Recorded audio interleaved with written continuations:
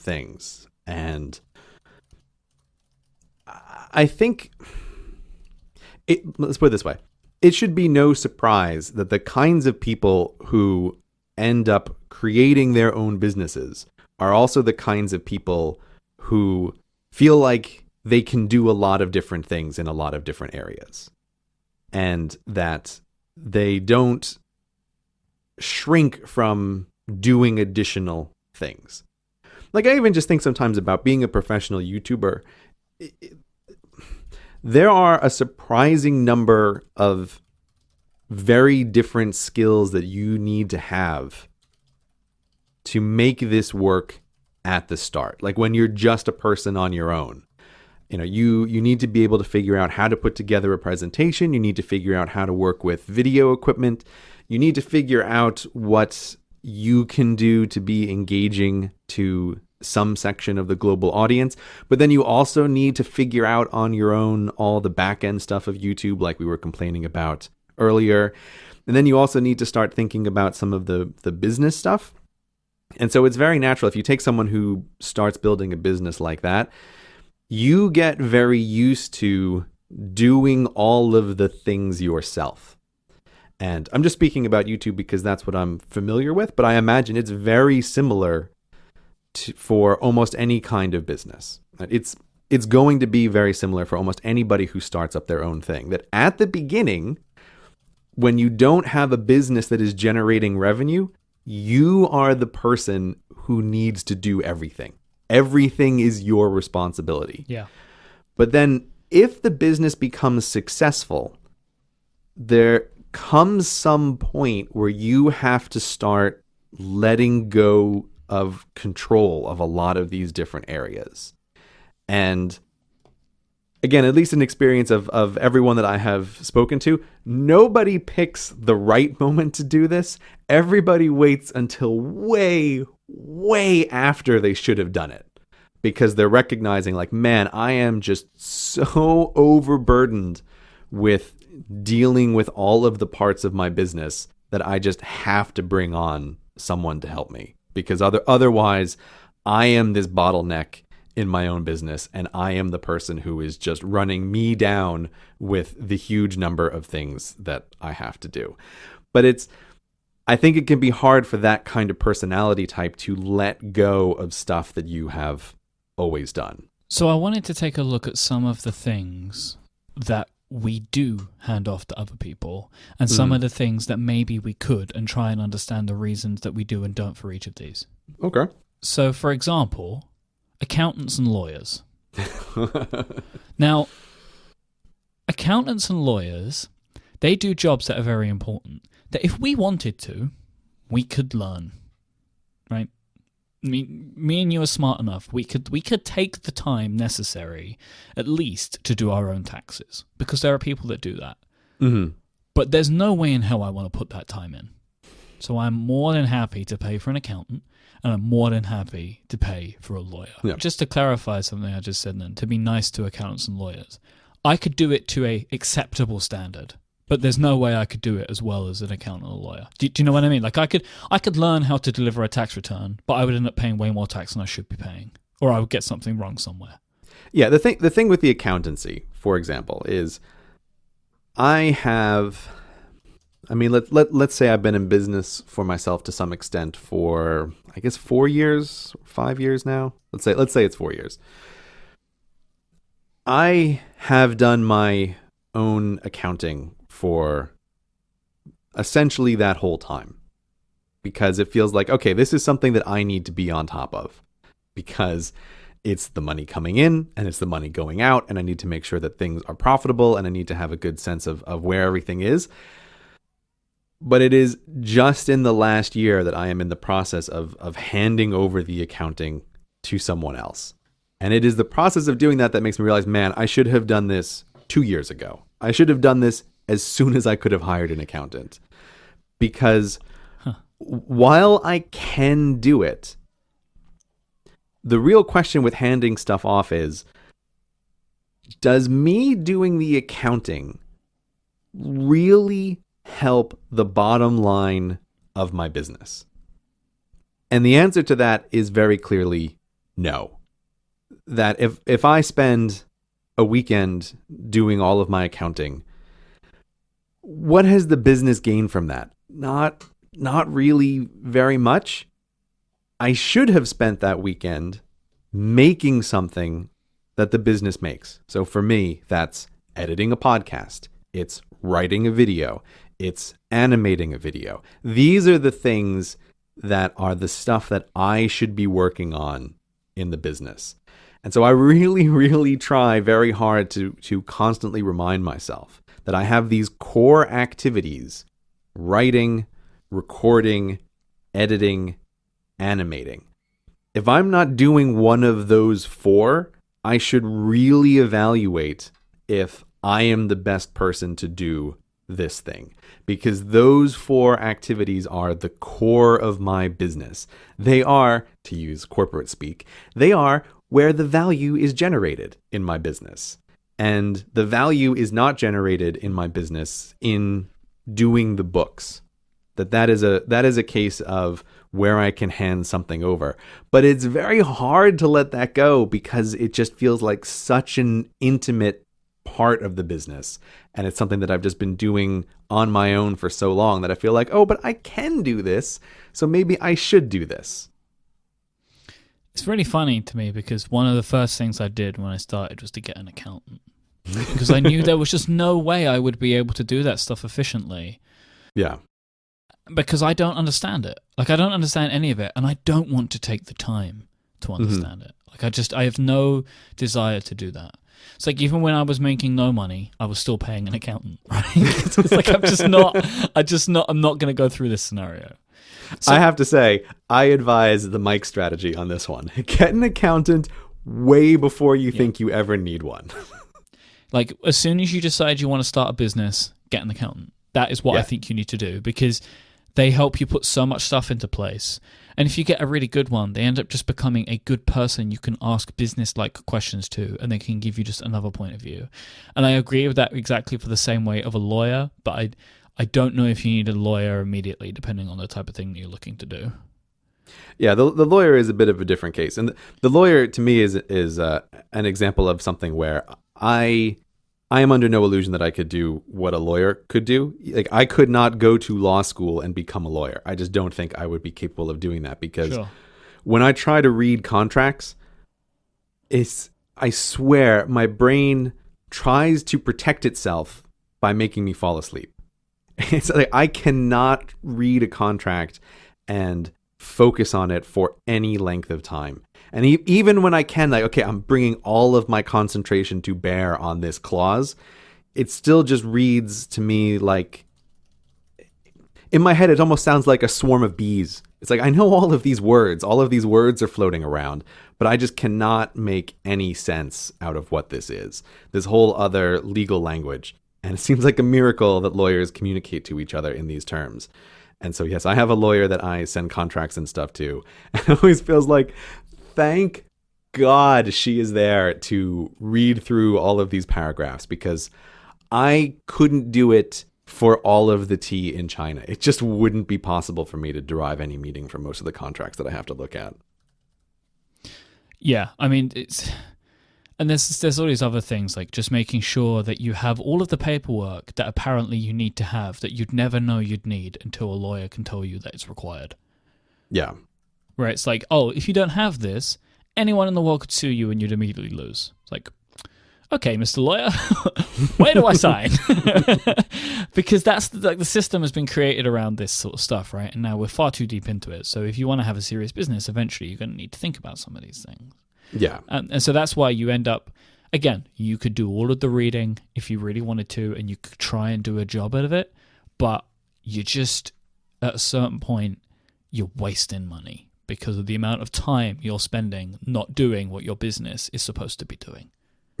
Yeah, without a doubt. This is where I think there are a bunch of mental tools that you can have which help you think about this stuff, and the number one of these is opportunity cost. Just simply the idea that whenever you're doing something, you can't be doing something else, which sounds like duh, like that idea is so obvious, but it's very useful to keep in mind of, I'm working on this part of my business. Is this the best part? How much revenue am I potentially losing out on by not working on the value generating parts of the business? That is a real cost. And I actually find it's very helpful in decision making to figure out what that actual number is.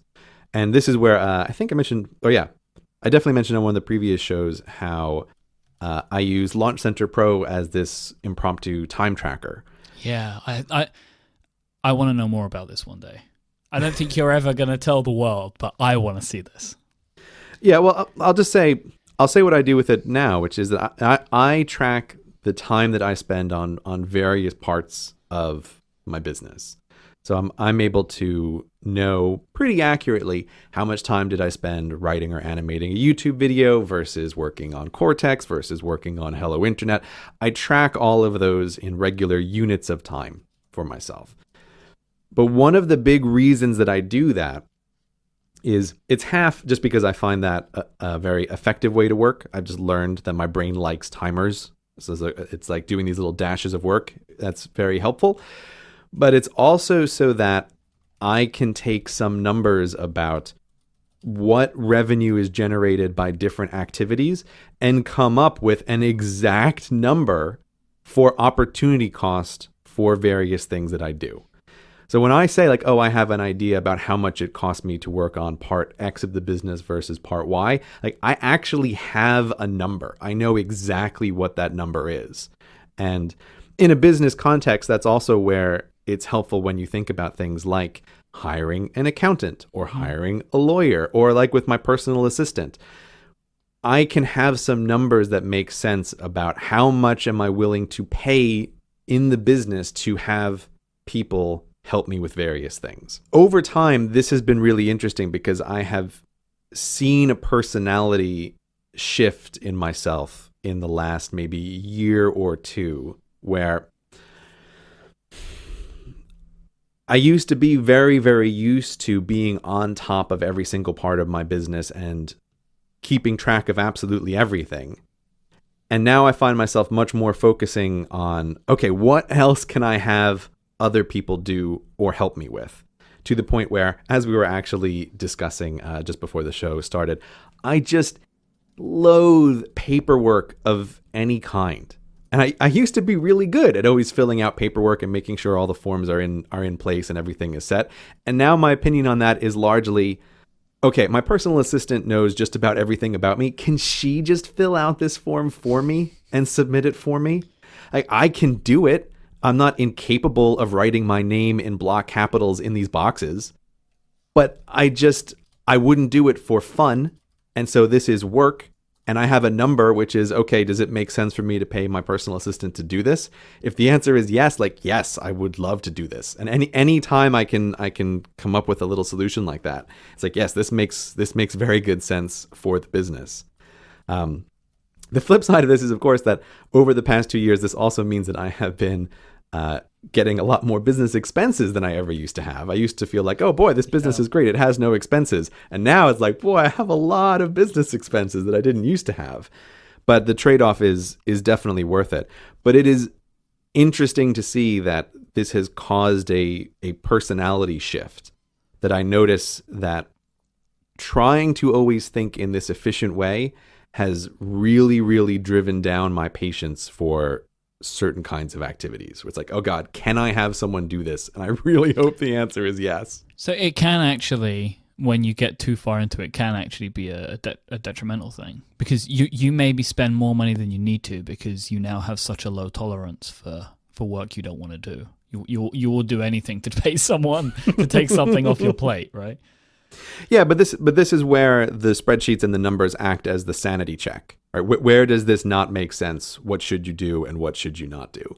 You have to have it some kind of anchoring in reality. Yeah. I really do recommend anybody out there who is running their own business to do the actual calculations of what your time is worth per hour. And the really key feature here is to not lie to yourself about how much time you spend on things.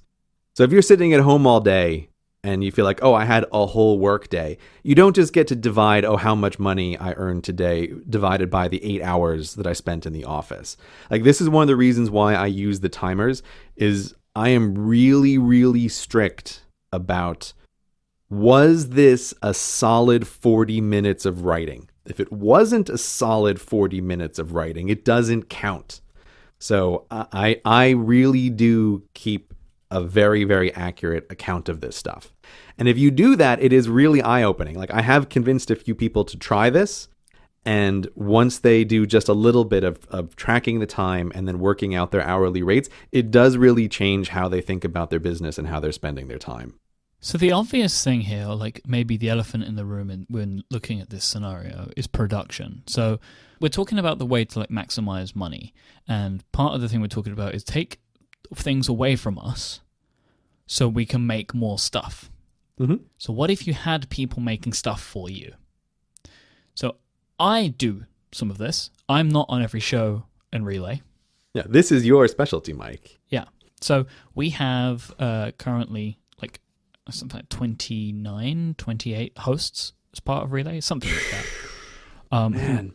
Between them produce 18 shows. I'm on 9 of them, so I'm on a lot. I think there's only like 6 or 7 frequent shows. The other ones are more kind of ad hoc. Yeah, but over time, you are on a decreasing percentage of the total number of shows that Relay produces. Exactly. So that is the idea of me bringing in people, because every show produces money for the business, of which I, as a business owner, have some of that money, right? Mm-hmm. It's natural. We do all the ad sales, we do the infrastructure, so we work out deals of all of our hosts on a split of the revenue. And so I make money by people doing work, which is the other part of this whole thing.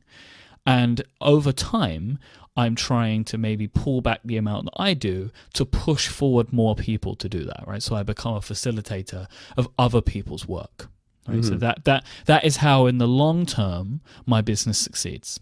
Is that I have a host of people that are happy to work with me and Stephen on these new shows, and that we can help continue to foster talent and make that push our stuff forward.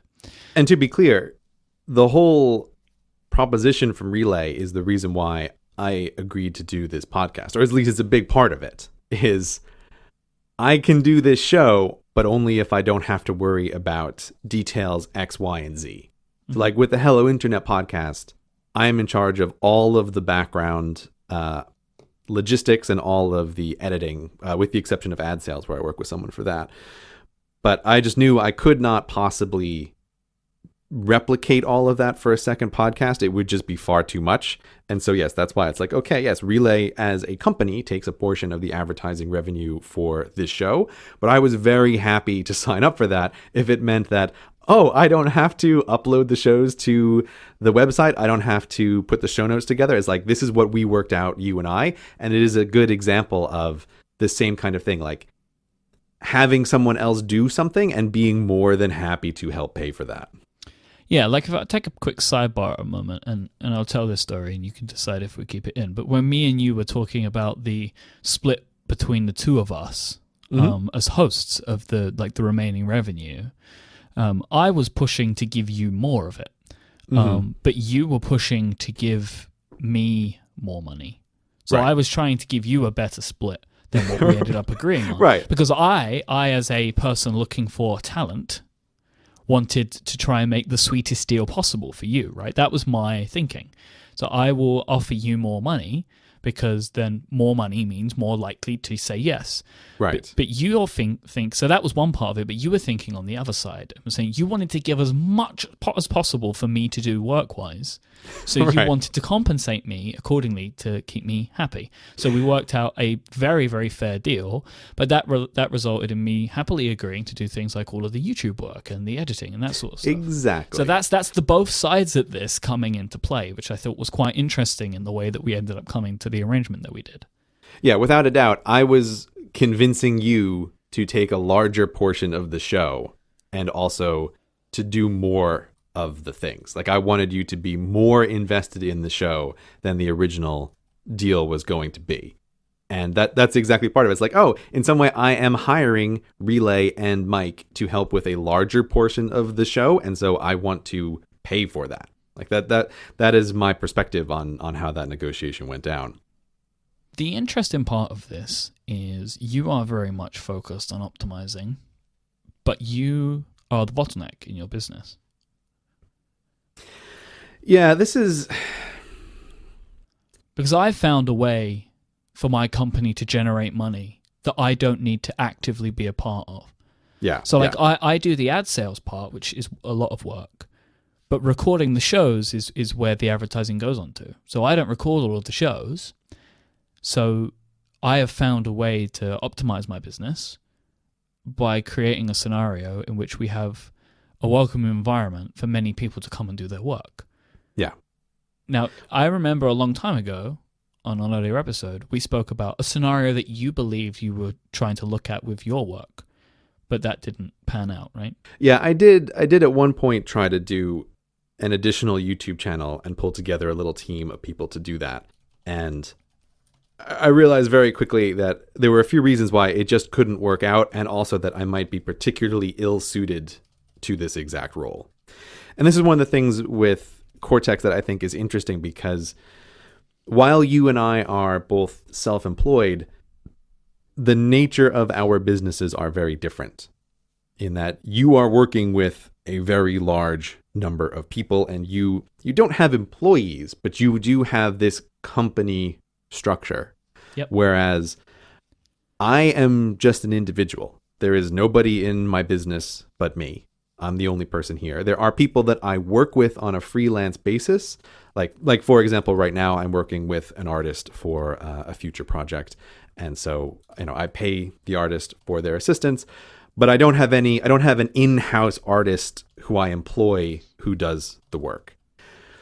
And this is just a personality difference that I just don't think I would be very well suited to be in charge of that kind of company. So I make a lot of business decisions to intentionally keep what I'm doing very, very small scale. And in the YouTube world, it's a bit weird. Like, it's actually quite easy to end up spinning up your business and having a whole lot of people working with you and for you. Like, it is actually quite remarkable when you look into it, how many big YouTube channels are actually small to medium size companies that have changed behind the scenes. Like, it still might be the same guy or girl on camera, but you don't realize they have acquired like an entire staff behind them who's also assisting with things. So for me, it's just me, because that's a personality difference, but it does mean that I am the bottleneck for just about everything. Like, if I'm having if it's taking me a long time to write a script, like, it is taking a long time to write a script, and I am the only one holding up my business. I'm not sure I would use a word like productivity. Like, I don't focus on productivity, but I do spend a lot of time thinking about maximizing output per hour. Like that is really my focus, because I am aware that I am always going to be the one who limits the amount of things that I produce, because I only have so much time that I'm going to dedicate to work. And so I have to get the most out of that time that I possibly can. And actually, to bring it around, I'll give you a perfect example of this. So I mentioned before that I haven't done any speaking engagements in a while. And one of the reasons I haven't done that is because when I'm invited to do a presentation somewhere, like there's a conference and they want a speaker, it's just like what happened with you. Because I am the bottleneck in my own business, when I get an invitation like that, I, on an actual spreadsheet, do a literal opportunity cost calculation for, I know what my, say, video production time is worth per hour, and then I do an estimate of how many work hours would I lose going to this conference. And this is what I mean by it's very important to know like your value per hour per project. And so I spec out things like, okay, well, I have to do the opportunity cost for the travel days. I have to do the opportunity cost for preparing for the trip, for preparing for the presentation, and I also have to do the opportunity cost for coming back. Because it's very easy to think of a conference as, and conference organizers like to think of it this way, oh, we just want you to come and give a 1-hour presentation. It's like, okay, yes, but from my perspective, if you want me to give a 1-hour presentation in California, that does not subtract 1 hour of script writing time from my work schedule. So I do that opportunity cost of, at a bare minimum, like how much in theory would I be losing out by doing this conference? And then I have to figure, well, if I'm going to do this, I don't just want to break even. Like, this has to be an actually profitable engagement for me. And so I have to put some kind of markup on that. Mm-hmm. And then the answer to all of this is the amount of working time that I would lose by going to a conference almost never, ever is going to work out with the amount of speaking fees that an organization can pay. Like, and I'm not trying to be a jerk here. I'm not trying to be like, oh, pay me an enormous amount of money. I'm really just trying to do this in the most dispassionate way of, am I willing to delay releasing a video for a conference? And the answer to that question is almost always no. But it is because I am the only person in my business. And because you have a business where you have multiple people working with you and the business generates income, you are much more free than I am to accept more conference invitations. Like, that's where this plays out as a difference between the two of us. Like, there are very, very many things that I would like to do, but that from a business perspective are very hard decisions to say yes to. Whereas the structure of your business allows you to say yes to a much wider variety of things much more easily than I can. Yeah, and that even goes into, because of the way that my business is structured, next year I'm going to reduce my output in some areas. Mm-hmm. And I can do that safely now, and the effect that it will make on my income won't be dramatic. Right. Where, like, if you said, I'm going to make one less podcast a week, or I'm going to do one less video a month, that would make a dramatic impact on your income. Yeah, and that actually just happened this month. I'm going to, I just mentioned on Twitter, I'm probably going to put up an article in the next couple of days, but basically this month, for various reasons, I had to delay a video that was supposed to go up at the end of this month. Like, man, is that a costly business decision that really hurts. Like, it makes a big difference if I can upload a video in a month versus not uploading a video in a month. And that is the downside of being the guy who is also in total control of everything that's going on of my business, is like, I'm also the guy that everything depends on. But I pay that price because I prefer to be an independent person. Like, I'm not sure, like I said before, I would do very well working with lots of other people. So that's why I make this decision the way that I do. Today's episode of Cortex is also brought to you by the lovely people over at Igloo, who make the intranet you'll actually like. If you use any kind of intranet product, I'm pretty sure that you'd probably be unhappy with it. I remember using an intranet in my previous job, and I had to use it only on the machine that was connected to my network, so I could only be using my intranet stuff while I was sitting at the Windows PC that I used to sit in front of for 8 hours a day. This did not mix with the way that I like to work. I like to be able to work from all of my devices. I like to be able to work from wherever I am. That's just the way that my brain is programmed, and I think that's the way it is for many people these days. And this is what Igloo is all about. You're able to do your work from wherever you want to get your work done. You can manage your task list from your laptop whilst you're maybe not paying full attention on during a meeting. You can share status updates from your phone as you're at the site of a client, and you can even share and access the latest version of a file from home in your pajamas, or maybe in the garden with a lovely little drink on a summer's day. Wherever you want to do your work, that's where Igloo can be with you. Igloo is also really customizable, and you can do so much to make it look and feel exactly how you want and make it fit with your organization. You can customize the colors, you can add your logo, and you can even permit different parts of functionality to the different teams within your business, so everybody has the stuff that they're going to need to get their work done. You can also integrate services like Box, Google Drive, and Dropbox into their big, easy-to-secure platform. Because we're so mobile these days, people are increasingly bringing in their own apps inside to their companies and also sharing documents with these services that maybe they shouldn't. Because if you're using stuff personally, it can maybe break some security protocols or something like that that you have. So that's why Igloo have made it possible to integrate these services inside of your secure platform, making sure that people are keeping things where they need to be. So people can store stuff in Dropbox, but it's in the company's Dropbox. It's really, really awesome.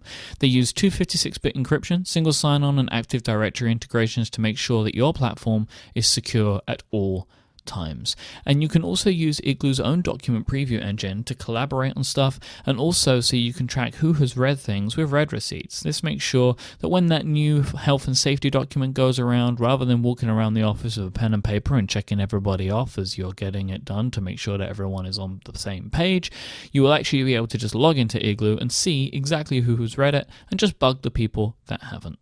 It's time to break away from the intranet that you hate. Go and sign up for Igloo right now, and you can try it out for free with any team of up to 10 people for as long as you want. Sign up at igloosoftware.com/Cortex.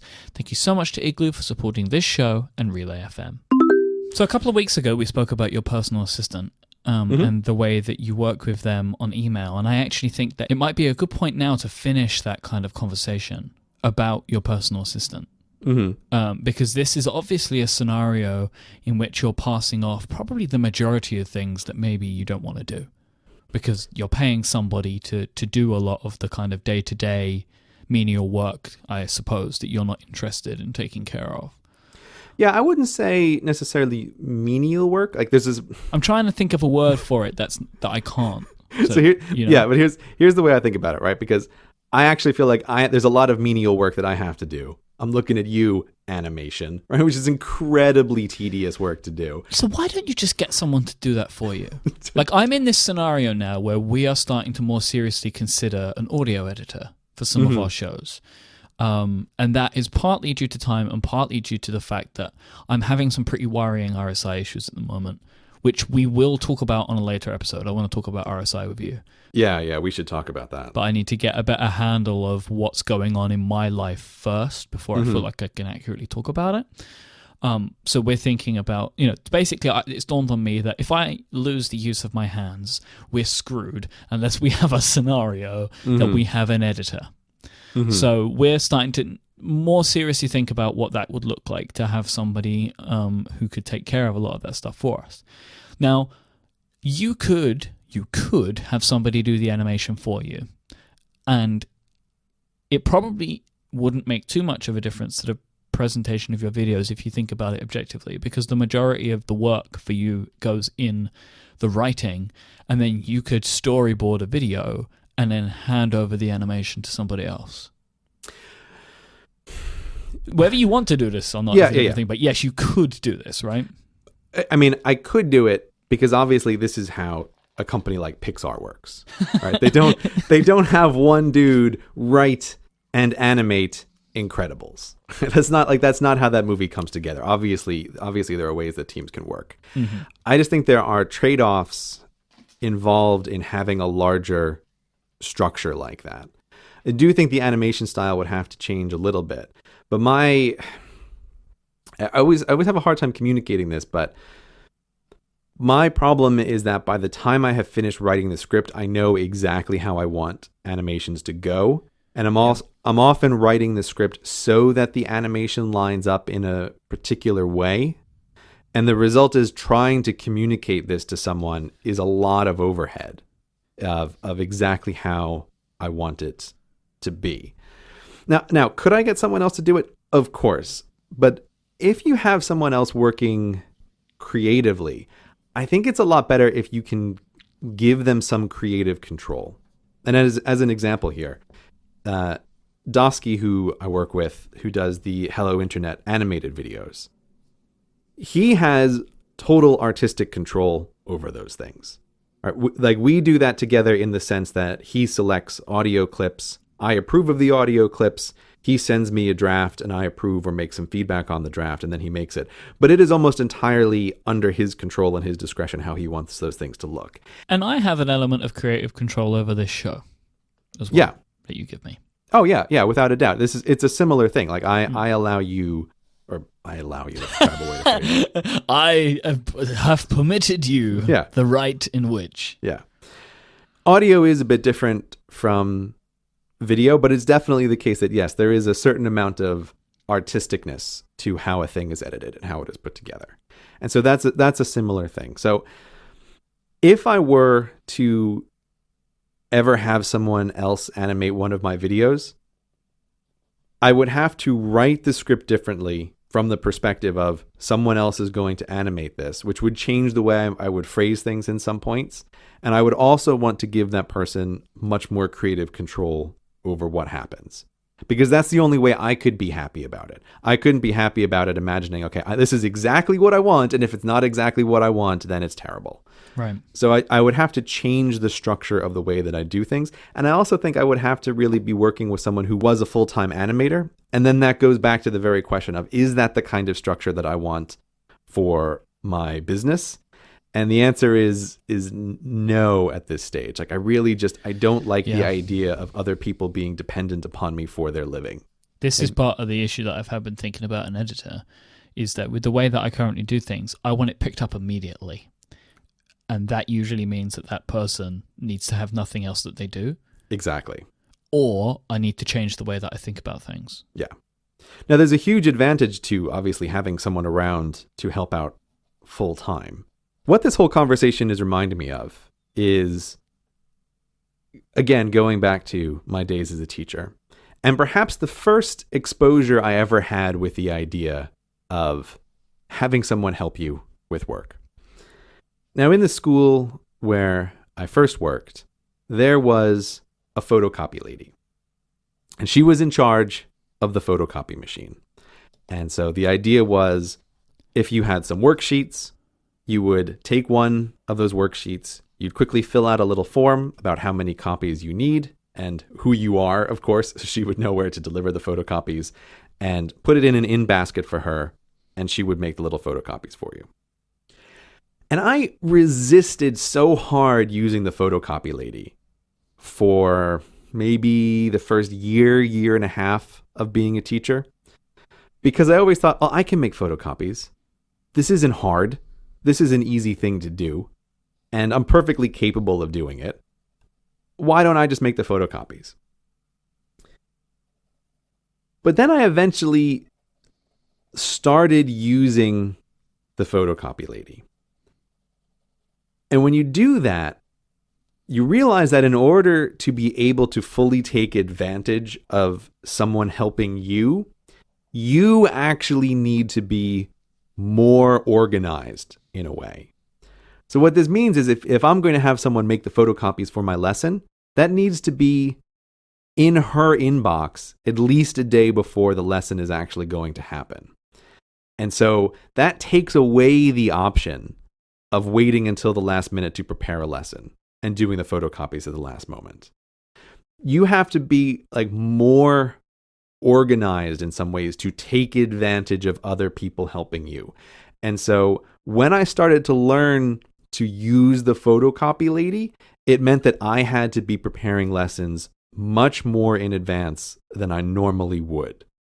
But the payoff of that was definitely worth it. Because one of the other things that I find with having people help you with things is unexpected snags can just derail your whole day. And so, you know what? The photocopier, it doesn't always work. Or there's a jam, and then suddenly you're doing something at the last minute, and now you're trying to fix a paper jam in the photocopier, or the photocopier is out of paper, and so now you need to go to the stockroom to get some paper and to fill it up. Whereas if you're doing things more in advance, all of these problems just disappear, right? They just go away. And so I'm thinking with you, for example, and talking about bringing on an editor possibly for the podcasts, this means that you need to change some aspects of your business about what is the turnaround time on podcasts. It means if you're going to have someone do this, you can't have a really rapid turnaround.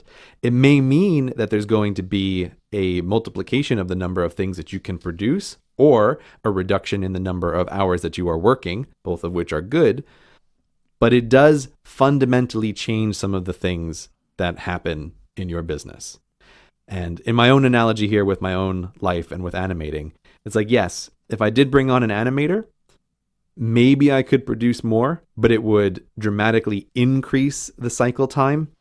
And quite frankly, I like being able to finish a script and then have the video up relatively fast, right? That I'm just going to grind through a few days of animating and getting it done. Like, that's something that I actually don't want to change. Like, I don't want the trade-off that's involved there. But anyway, it's just this stuff is just very, very connected with who you are and how you run your business. But to get back to your original question, where you were talking about having my personal assistant do the grind work, I feel like that is not necessarily the case.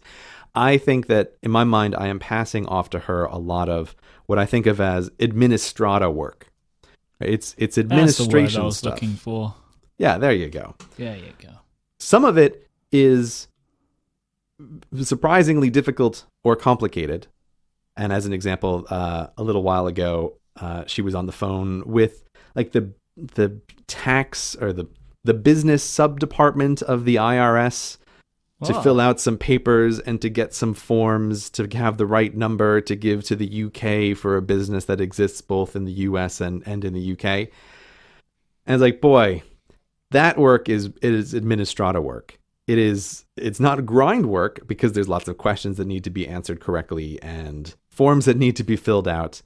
But it is something that I would just, I don't think I could bring myself to do it anymore, to be on the phone and repeating long strings of numbers to tax people in different countries. Like, I just couldn't possibly manage doing that.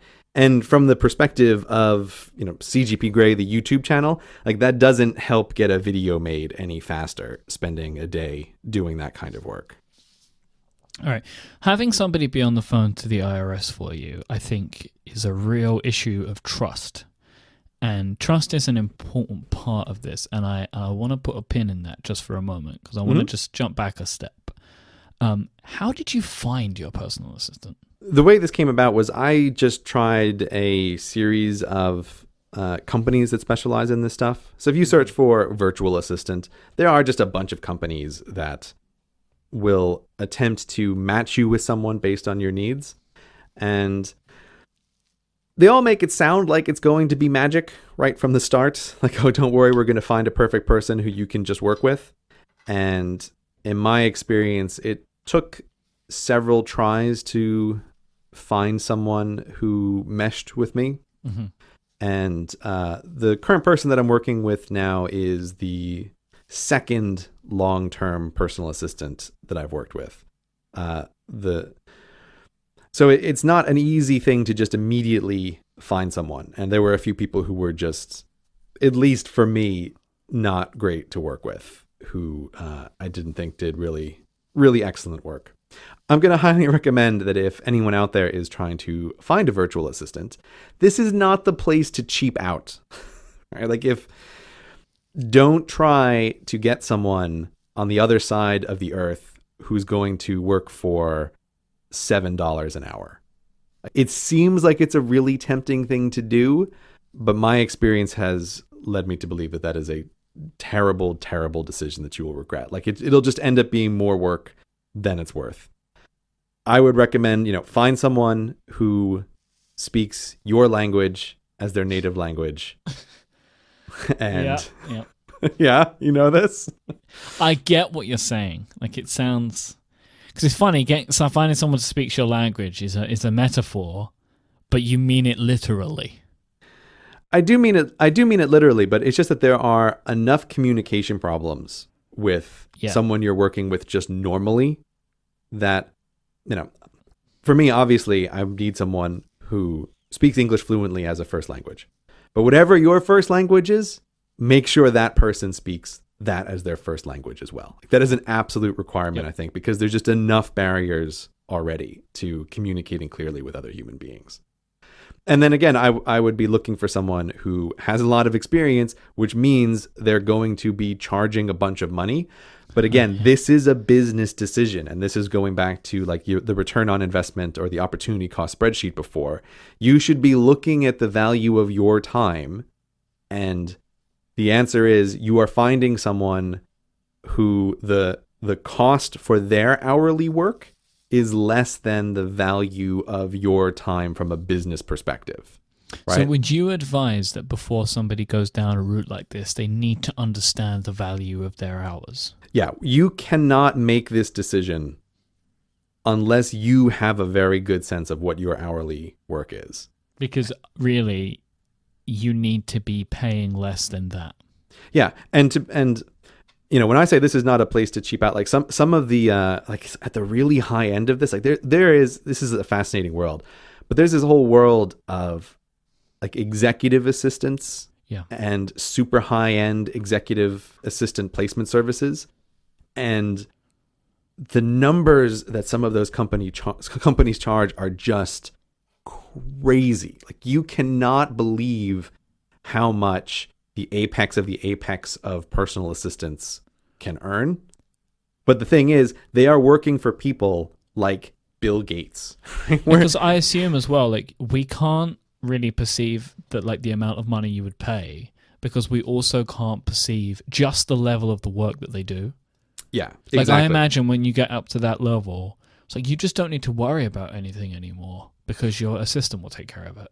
I'll see if I can find it for the show, but there was an article that I was reading which was talking about some of the highest tier executive assistants.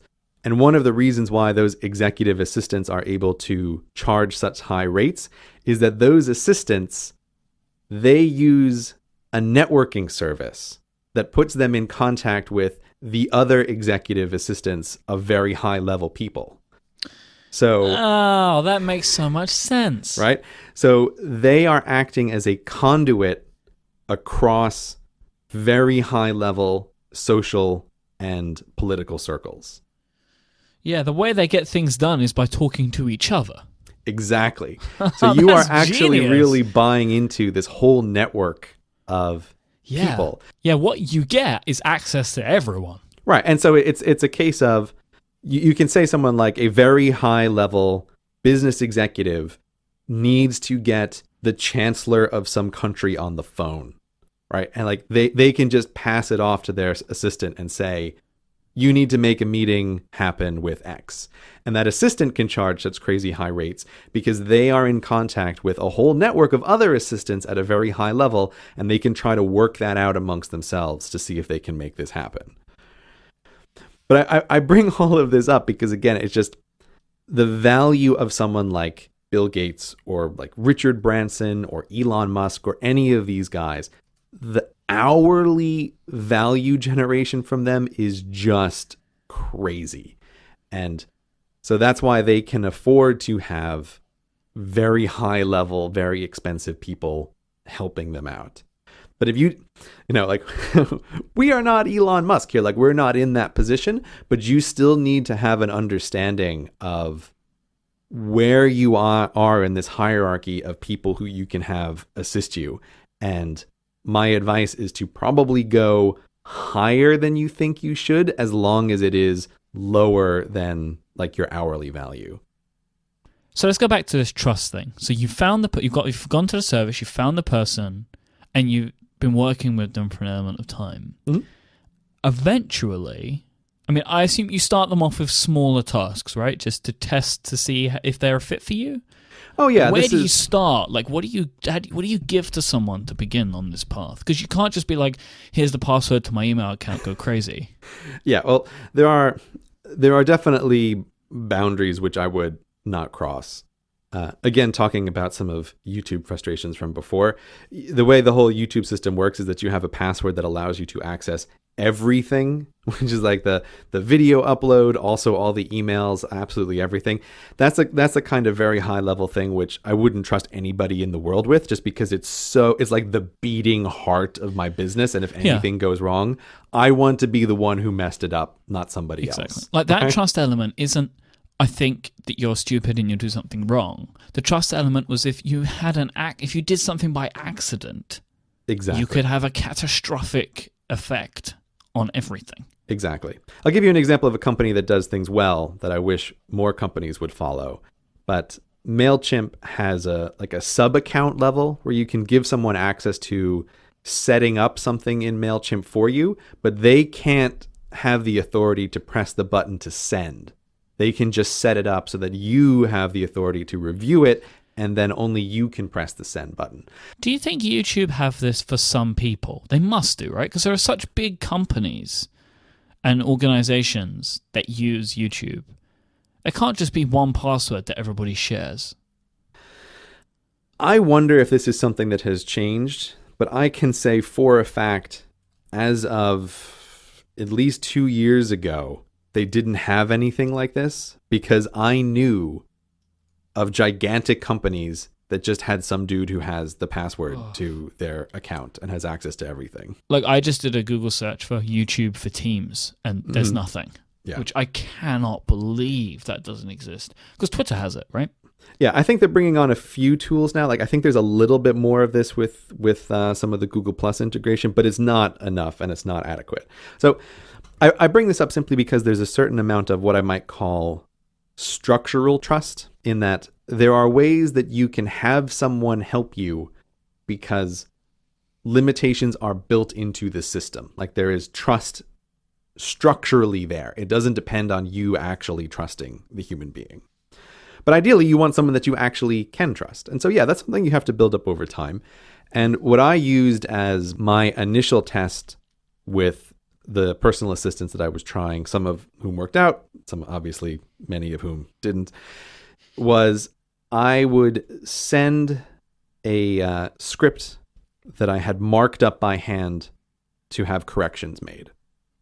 And so I think if you take a look at that iteration blog post that I wrote a while back, I have an example of some scripts that I would mark up by hand, and I would pass that off to someone and say, I need these corrections made on this text file. But here's the thing. I write all of my text files in Markdown, which is a very lightweight markup language so that you can mark out things like italics or a link or bold. It's not really complicated, but you just need to know a couple of things. And so as this first test project, what I would say to the person is, here is my original text file. It's written in Markdown. Here is a PDF of the changes that I want made, which are written in my abysmal handwriting. This document is written in Markdown. You need to go look up the syntax and just make sure that any of the changes are compatible with Markdown. It's a good test. Right? That's exactly it. It's an excellent test because I'm trying to see if they can figure out something. It's not complicated, but it's just something that almost nobody would have run across before under normal circumstances. Yeah. It's ever so slightly nerdy, the idea of a markup language. And then also, I know very well exactly how all of those corrections are supposed to be made. And I want to make sure that someone reading through what I have written can understand and make all of the corrections in the way that I want done. Yeah. And I would get back some abysmal things. I mean, a couple people just right out of the gate, it was just no. Was I get back a Word document, right, where someone's copied and pasted the text file into a Word document and sent it to me. Right? And part of the original instructions is you are modifying this text file, right? Like I don't want a different document back. I want this thing back. So there's a lot of stuff like this. You'd be surprised when you're trying to work with someone. It's like communication difficulties, or there's little ways that things can go wrong that you would never expect. So that was always my first test, and some people just failed immediately. But from there, like if someone can do that, then you can start working up to bigger things. But I did notice with a few of the first assistants that I work with, they were okay at these very low-level tasks, but I found myself not wanting to use them for higher level tasks. And then that was a sign of like, you know what, I don't want to work with this person. And an example of a higher level task is when someone is representing me to somebody else. So I don't know if have we discussed meetings? I don't remember if we discussed meetings on the podcast. Not really. Okay. So as an example of a higher level task is I occasionally have my personal assistant set up a meeting for me with someone else. Now, again, this is something I would totally be capable of doing on my own, but it's nice to be able to have somebody else work out, say, time zones or available times. But that's a higher level task because not only is the person just doing the thing, but I also want them to be representing me well to a third party. And so, like recently, my personal assistant set up a meeting with a domain expert for a future project. And like, I want to be able to know and be able to rely on that just going smoothly. And that's a higher level task where it's harder to define how is it to be nicely interacting with someone else? Like you can't write that down in words as a series of instructions, but you need to be able to trust that someone can do that. How do you get to the point then when you can say to somebody, here is my email, here is the most important communication method in my business. You now have access to what comes in. You could send something out. You see stuff that I don't let other people see. Like, how do you get to that point? Well, for me, having a one-person business, I don't think I ever really need to get to the point where someone else is controlling directly all of the email accounts that I use. That is just like the YouTube password. It is a beating heart of the system. And so the way that I work things out with my assistant is that I have a bunch of rules that forward stuff to her that comes through my account. And then it filters that stuff out of my view so I don't see it. But this is a case of what I mean by structural trust. Like certain messages go to her and she is able to reply to them. But that's very different from, say, handing over the keys to my primary email account. Sure, but no system is perfect, and there are going to be things that she will see that you would maybe prefer that she didn't, eventually over time, if that hasn't happened already. So that's where the human trust comes in, right? Oh, yeah. So that definitely requires a certain amount of trust. And that kind of thing only comes from working with someone over a long period of time. There's no test that you can necessarily do with that.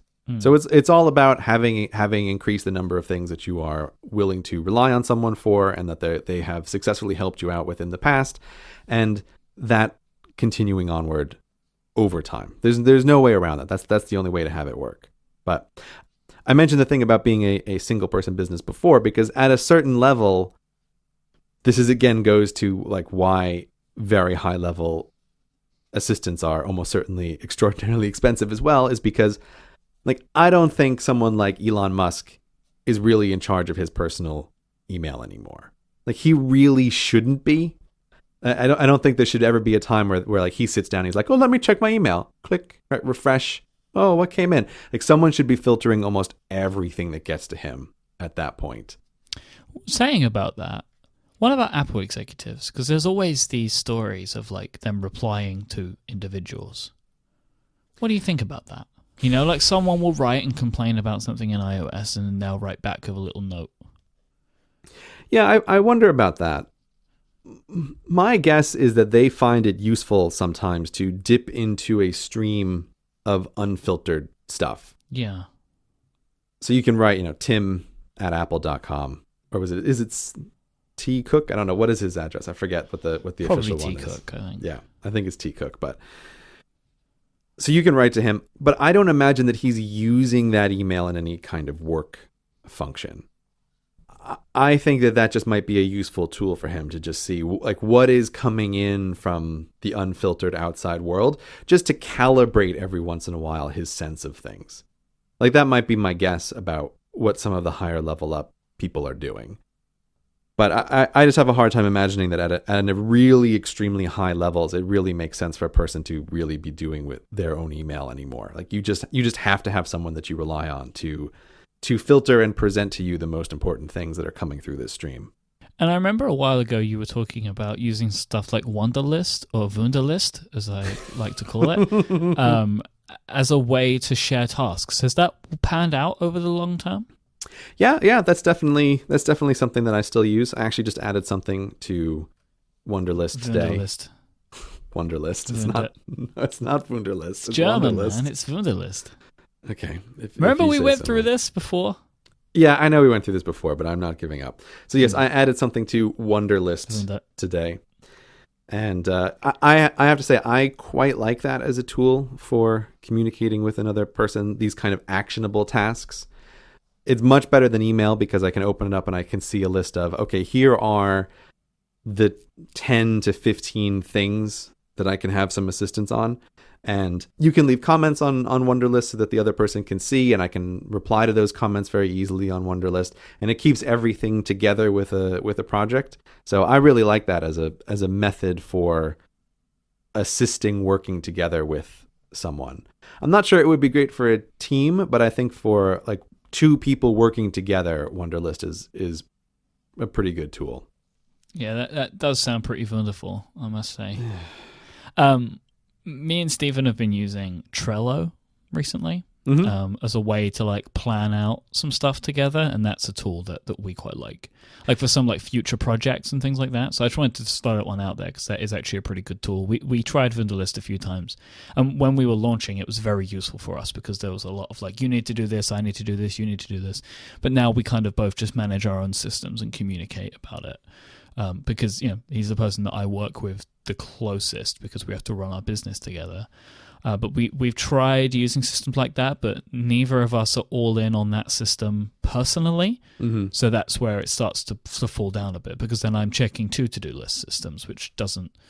As we've been through before, I use different systems for different things, but most of my tasks are relay-related tasks, and I don't want two different lists that are relay-related.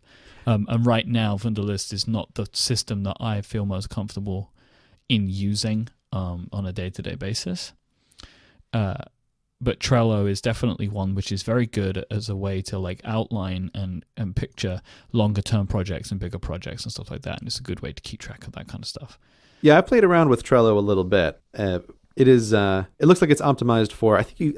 I just realized this is one of those words I've read, but I've never said out loud. It's optimized for a Kanban system or Kanban. Do you know the correct way to pronounce that? Yeah, I know what you're talking about. I'm gonna call it a Kanban system. We'll call it Kanban, Kundaban.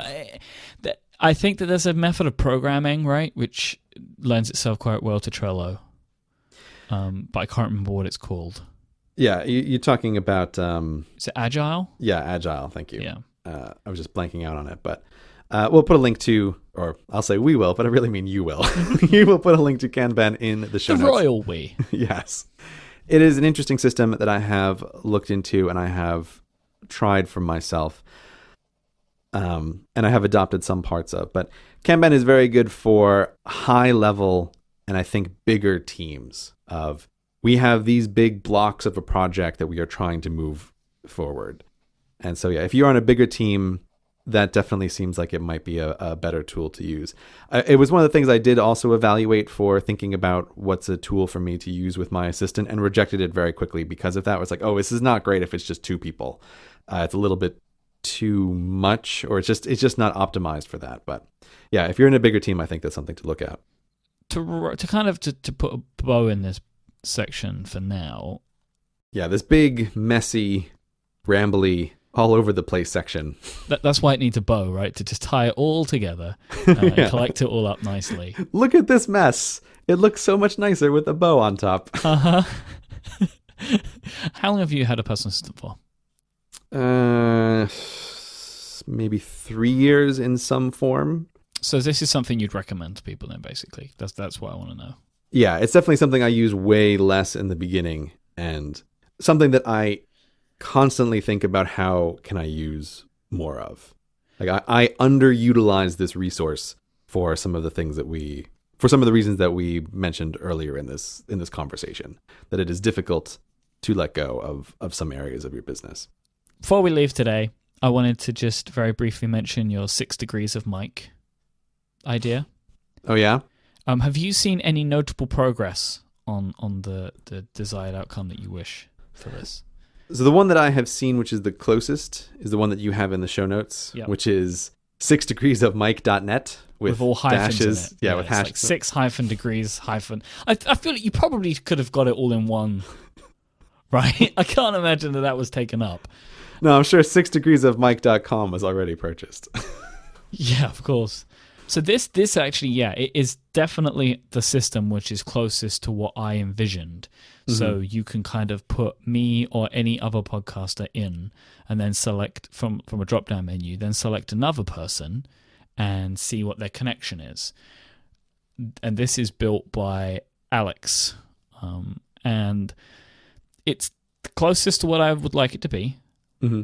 But I personally, if I was to ask for something, which I don't really have any right to do, would like to see more people in this list, way more people in this list, and some of the connections need to be tied up because I do actually have some connections to people that it says I have no connections to. Yeah, see, Mike, here's how this works. You obviously can't request that this person change anything in particular. No. But we like the 6 degrees of Mike idea. The idea of having a gigantic network of all podcasts and how they are connected to each other. Just because it's fun. It's a fun thing, and I would also like to see the big web of how all podcasters are connected and be able to do these little calculations and see what the hops are from one person to another. So while it is a monstrous task to attempt to do this, you know that if you are a person who makes progress on this, you are very likely to be mentioned on the show. In very, very glowing light here as well. So if within the next couple of weeks, 6, the number degrees of Mike.co appears and it has a massively improved database, we might mention it. It's very likely. So that's how this works. There's an incentive out there in the world to create this thing that we would like to see. But so far we're going to plug 6-degrees-of-mike.net as the current leader in podcasting host connector technology. On tonight's episode, we watched Ouija. Ouija? Actually, Ouija is the preferred pronunciation. By who? No one. On the dictionaries. On the dictionaries.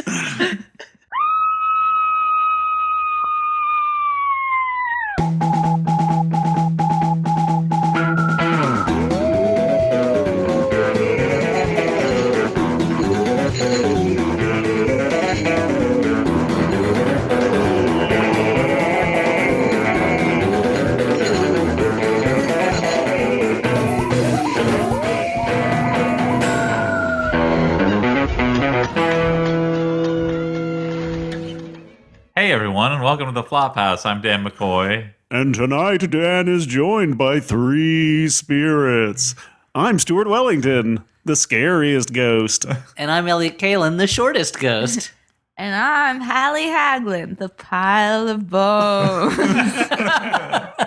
Oh no. Okay, 2 ghosts and a pile of bones. She's disintegrated. That was that sitcom, 2 ghosts, a girl, and a pile of bones. Not a good show. Yeah, as has become a miniature Shocktober tradition, Hallie has returned to be with us. Yeah, because she's tiny. She's a tiny person. With a big heart. Yeah. You're going to find that out tonight, people. Hey. In my special Christmas episode. Wait. Right now for Halloween. It's called A Very Spooky Hallie Christmas. Not even like Happy Hallie Days? No, that sounds too much like Happy Days. And it gets confused with Hallie Days, Hallie's Happy Days tribute, where she plays all the parts. Hallie, give us a taste. Hey, I'm talking over here. Have you ever Dead seen on. Happy Days? Now do Dwayne the janitor. Can I empty your trash? Perfect. Dead on. 100%. Dead on. Now do the foreign exchange student Ronaldo. Hola. That was the most questionable Ola I've ever heard. I feel pretty pretty pimped out right now, okay? You are pimped out. I mean, look at those rims you got. She's got neon lights under her chassis. Yeah. That's called ground effects. Don't talk about Hallie's chassis. There's a PlayStation 2 in her trunk. That's not junk. In my trunk. So, Tonight's sponsor, PlayStation 2. Go back in time and buy one today. Games are still usable, Elliot. tonight's sponsor, silliness. Like the concept? Or Thanks, is that like a syllabus company? Yeah, the concept of silliness. Silliness Yeah, syllabus. just general hijinks and Okay, thanks Dan- for explaining to me what Cut-ups. silliness. So now that we've been goofballs, what do we do on this podcast, Daniel? very serious. We watch a bad movie and then we talk about it. And tonight, for our final Shocktober in a month. Ever.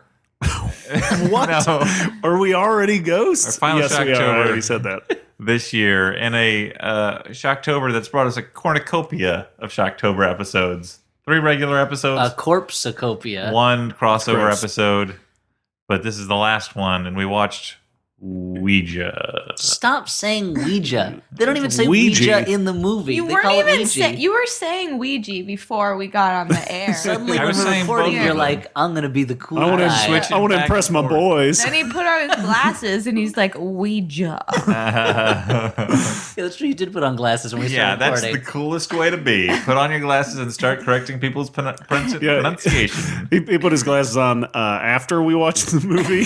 He's like, the movie I found too blurry. I couldn't read any of the credits or other on-screen text. Thumbs down. Which you need if it's a Ouija board. There is a lot of on-screen text. That's true. Yes, no, letters, goodbye, Yeah. a moon, a sun. Hi, friend. Yeah, that's why I The don't. Parker Brothers brand. That's why I don't like a movie Mattel. about a Ouija board. Is that you have Is it to, Mattel? Which is it? Is it Parker Brothers, Mattel, I thought it was or Parker Brothers. Okay. I mean, Yeah. it's a board game, and Parker Brothers is a board game company. Mattel is. you'd have to be bored to play this game? Hi-oh! Let's get to the movie. But it's not just like having subtitles where you have to read the movie. You have to spell the movie. Like, you Yeah. have to- Luckily, It's like they Stephen said Hawking's telling you a everything. story. No, but they would spell something out, but then they would say it out loud, and they would say it out loud much faster than I had been able to spell it because was like halfway through, and they were like, "Oh, thanks." Finishing Now, it. let's make it clear. There have been 3 different movies named Ouija in the past. So which 11 one did we years. watch? We watched the most recent one from 2014. we watched Big Top Ouija. right after Ouija's Big Adventure. Yeah, exactly. What a better movie this would have been. It was called Ouija's Big Adventure, and it was about Pee Wee Herman or just Paul Rubens, out of character, using a Ouija Yeah, board. who's a ghost? And it was just him and I'm a ghost. I know you are, but what am I? No, a ghost. I know you are, but what am I? No, wait, hold on. I'm not answering the question. The properly. large Marge scene wouldn't be quite as scary then. No. No, you know she was a ghost right from the beginning. Yeah. Am I speaking to large Marge? Wah! Yeah, okay, so I am. Great. Yeah, the little planchette went on to WAAAA exclamation point. Why did they even put an exclamation point on the Ouija board? Because they learned with Ouija boards what everyone learned with text messages, which is if you don't put an exclamation point at the end, it sounds weirdly passive-aggressive and like you're mad. Yeah, So the ghosts always that's have true. to put exclamation points. They didn't use it. Yeah, they definitely added it along with the emoticons that they added to the Ouija board. Yeah, when they added that eggplant emoticon so that ghosts could talk about their penises. That is funny though. So Like, the Japanese ghosts could talk about their penis. Why Japanese in particular? Oh, I was thinking of. That old urban legend that Japanese men have eggplants for penises? That's why Kid Icarus is always fighting him. Eggplant wizard.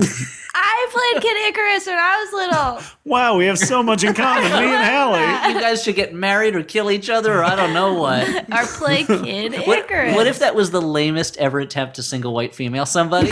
That's why Kid Icarus was like this. I used to play Kid Icarus all the time too. And now I'm gonna stab a stiletto through your eye. Happened in single white female. Oh, my shoe's untied. I have to tie my shoe also. So Dan, R.I.P. Stephen Weber. He died in Single White Female. they're still alive in real He's life. still alive in real life. Yeah. No, he living got off of that stiletto through his living eye. off of that Weber true. Grill money. Yeah. Dan, you do know that when things happen in movies, they don't usually happen in real life, right? What? Uh-oh. We've got a lot of educating of this guy to Yep. do. Anyway, Dan, have you ever heard of Santa Claus? You mean Fred Claus's brother? Let's talk about Ouija, shall we? Okay. As it's Shocktober, Yeah, we let's probably focus, should. I'll focus on the scares. Now, it's based on the popular board game, which is not actually a Scares game. Cares, which is It my is a game. charity. It's a charity that helps homeless ghosts. Yep. Ghosts without sheets. Ghosts without the most. Beetlejuice, everybody. Ghosts without the most Beetlejuice. You need more Beetlejuice. Ghost. Ouija. It's the movie we watched. Let's explain what happens in it, okay? It's about a game. It's about A board Ouija game, boards. Yeah, it's based on the popular way to contact the dead that doesn't work, but it does work for girls at slumber parties, apparently. Now, Yeah. the movie So we opens- open on some little girls playing with a Ouija board. Yeah, and they tell us the rules of the Ouija board, which I've never heard before, which Don't is feed it after midnight. don't get it wet, and Use make protection. sure... and if you can't be safe, name it after me. By the way, I want to say that like we What, you name it Ouija? yeah, and the rule gas, grass, or ass, no one rides free. Yeah, and also you smelt it, you dealt it. And if you can't take the heat, get out of the Ouija. And also the Second Amendment. They're like, okay, there's rules you need to know about the Ouija board. Never use it alone. Never use it in a graveyard. In order for the maintenance of a well-regulated militia, the right to bear arms shall not be infringed.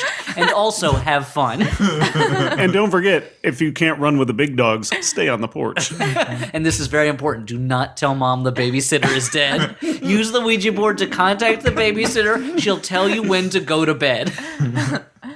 And no running. Also, Adult Swim, call kids out of the pool. No runnings, just full stop. No, that movie with Dougie Doug, No Runnings, where they couldn't afford a bobsled, so they didn't go to the Olympics. Where John was that John Candy? Yeah, John Candy. He put so many weights in his bobsled that it just wouldn't move. That was You're really getting into this cool running This is a description. really deep dive into the Cool Runnings remember plot. that was why he didn't win and he had to become a coach. he cheated, because right? he cheated by putting a bunch of weights in his bobsled. Yeah. The weight of Sorry, John my Candy jokes got wasn't too enough? Come accurate on, for Dan. you. Come on. I mean, he's a national treasure, but he was a large man. I mean, a Just Canadian treasure. It's still a nation, Yeah. technically. Now, Canadian treasure starring Canadian Nicolas Cage. there's a treasure map A on the back of On the back of the loony. This means something. on the back of the document that says we're our own country because we never had a revolution or nothing. Anyway, let's go find that treasure. It's a bunch of cans of Schlitz. You okay, Dan? No, you just Basically, a like Bob or Doug McKenzie Yeah, impression. exactly. National Treasure. So National Treasure 2, Book of Strange Brew. What? That's actually a good show. I want to back up though and say that I predicted when we were trying to figure out what movie we were going to watch. I predicted that out of the choices, Hallie was going to choose Ouija because it's my theory that Ouija. women love Ouija boards. They do. I chose LL Ouija boards. Now, Hallie, this movie opens with two young girls playing with a Ouija board. It's they're friends. I was Debbie. not one of them. No, Hallie was not a character in the film. That's a good point we should make, I guess. Debbie and Blaine are best friends, and Blaine is not happy that her sister. Lane was her name. Oh, Lane. Debbie Not and Lane. Blaine from From 16 yeah, or no, from Pretty in Pink. Pretty in Candles. Now, and Who Lane wouldn't be yells at Pretty her in Candles? younger sister to It's go away. like those Oh, God. Are we ever going to talk about this movie? No. no, but who I'm gonna does give the that? shortest Who plot is it? summary Is after it this. Well, there's nothing Norway in or this. who does the ceremony at Christmas when they just wear candles on their head? What? Those women. I can't decipher this one. Is this a Colorado thing? All right, no. If you got for the ladies out there, if you had If your man's not giving you love, kick him to the curb. Also, can you tell me about this candlehead thing? no, people will remember. If you had American Girls, it was Kirsten. I can't remember where she was from, but she had that outfit that was the candle on the head outfit because it was a tradition. Because she was an immigrant. I don't remember where from. An immigrant who died in a mysterious fire. That was really up to you. That was really up to the owner of the doll. Is she like a miner or something? Why does she have a little candle on her head? No, it was like a special, like some Scandinavian way to celebrate Christmas or It was something. a Christmas thing, a foreign Christmas thing, like a bouche de Noël. Now say. there is no more appropriate time to talk about Christmas traditions than during our Halloween episode. I told the you. one that will literally go up on Halloween. This is the least spooky Shocktober episode we've ever done. Someone throw some chain sound effects on there. Dan, there better be chain sound effects and creaking doors through this whole thing. Oh, that's a scary witch. There you go. That was so frightening. Anyway, so these two girls are playing with the Ouija board. Hallie, when you were a little kid, like at sleepovers, Yep. did you used to play Bring with Hallie back into the conversation. But at least it's relevant. Like, this is a thing that I, as a male child, never did. You didn't play with Ouija boards? No, I contacted the spirits by killing small animals and then pouring their blood onto the altar I carved. But so is this the thing that girls actually do when they're kids? Yeah, we had a Ouija board. We played Ouija. Did you contact anything? No, it never like worked for me. I like that you're implying that Nice it was qualifier. your problem. I must have been doing it wrong I because don't this know. plastic board never contacted the dead. I don't know what Planchette. turns spirits off to me. I don't know. I need to read a book about what spirits really want. I mean, you did say last Shocktober that you really wanted to see a ghost. I know, and I said it to you again on the subway today, not joking. You were like, "What are you going to do for Halloween?" And I was like, "I said it before, and I'll say it again. I want to see a ghost." Well, but that's not what you're gonna do. That's just a wish. I was just going ghost hunting, I guess. Yeah. Not busting, not hunting. I'm like a watcher. I'm like a bird watcher. I appreciate. She's an shapely ghost. enthusiast. You're a hunter in the same way that a MILF hunter is a MILF hunter. He's not killing the Well, so MILFs. Ouija So these girls boards. play with a Ouija board. Yeah. Cut to it's 8 years or later or however long. They're teenagers in high school now. And one of those girls is immediately breaking the rules by playing by herself. She's playing Ouija board by herself. She's trying to say goodbye to somebody. And does it work?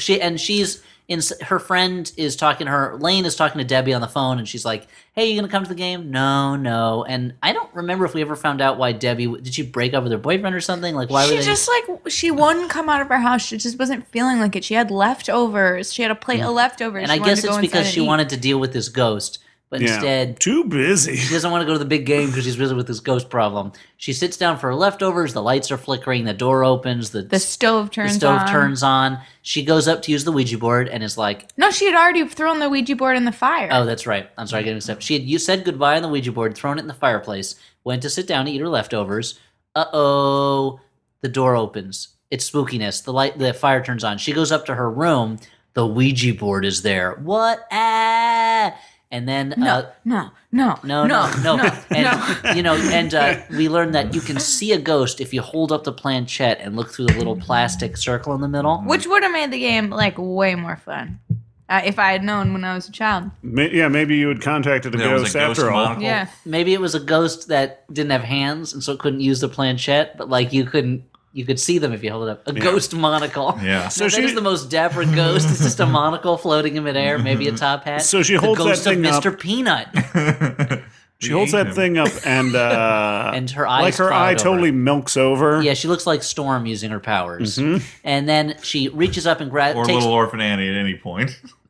Little Orphan Annie. Milky eyes. She had no pupils. Little Orphan Annie was always using her weather in the controlling comic powers. strips. Oh, I was like, I'm not talking about Annie. No, they the fitted the girl musical. playing Annie for all white That would, contact I would lenses. love that if it was like They deemed it too painful and too scary. if it was like Robert Altman's Popeye level of like trying to be like the comic.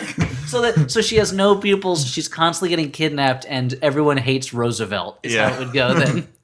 And Daddy Warbucks is a huge war profiteer. There was a whole series. He died in the comic strip, and then after FDR died, Daddy Warbucks came back, and he was like, "Well, I don't have to be in hiding anymore now that man is dead." I was like, "That's terrible. That was the president." Even if you disagree with the man, have respect for the office. Anyway, He was the Tony Stark's dad of his day.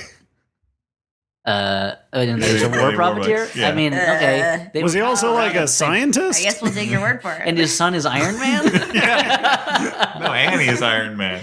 Iron Manny, of course. Although that sounds like Manny from Modern And Family. Sandy was a war machine. So Sandy is a dog in armor. I gotta say, that's a pretty great mashup right there. So where were we in this movie? So we're like 2 minutes She in. has a song, "You're Never Fully Dressed Without a Suit of Armor." Okay, so she is now possessed. She takes a string of Christmas lights, hangs herself with them. In the first of many Scary. shock cuts that spook Yep. Hallie out loud, They and I find didn't just spook fantastic. me. They got Dan. They got Stuart. There were a couple of Yep, people, I was freaking. There were a couple times when people would go like, "Hey," and jump out of nowhere, and there were genuinely good jump outs. But what I like about watching a horror movie with Hallie is, excuse me, I had to pop out burp. started crying. But I was too choked up. got choked up, I yeah. love the experience of watching the movie with Hallie too much. What I love about watching a horror movie with Hallie is every scare, she goes, "Ah!" until a certain point in the movie where she just stops giving a shit. And she is so fed up with the movie, and she's just like, Starts getting angry. she's like, "Just do the thing, bitch. Come on, just go in and do that stupid thing." Like, I love it. There's this, and I can never quite pinpoint when the switch has happened, but I know when it happens when she starts talking. If anyone has the chance to watch a horror movie with Hallie, go ahead and do it. Maybe it'll be a prize in the Yeah, contest. sweepstakes. Now, she's dead. Her friends are devastated. They go to a diner the next morning for breakfast. They order her pancake with the Because worst. they thought she was coming. Did they we- had arranged prior yeah. to Did meet we her. ever at the see time. what the pancakes with the works look No. like? They No didn't get a chance to confirmation. order, actually. It's like I'm guessing it's got pancakes. Her like friend's fucking "What's gummy up?" bears and shit in it. Whatever kids like to eat. Oh, that would be awesome. 3 pounds of candy on top of it. And then they cover the whole thing just with Said the works. That's going to be $73. There's just like a steak on top of it with like mashed potatoes. There's one of those gold leaf things on. It doesn't even have any flavor. It's just to be extravagant. It comes with a ceremonial goblet and plate. you keep the. That's why it's so expensive. That's the thing. It's you not get a- really a $10,000 pancake. It comes with a $10,000 bracelet. You get a picture if you put on the wall if you eat the pancakes with the works. Bracelet. On the wall under a title that just says "idiots." But they cover up what it says when you're there. Oh yeah, you're on our wall of fame. Anyway, they're all devastated by the death of their friends. They don't know what's going on. She goes and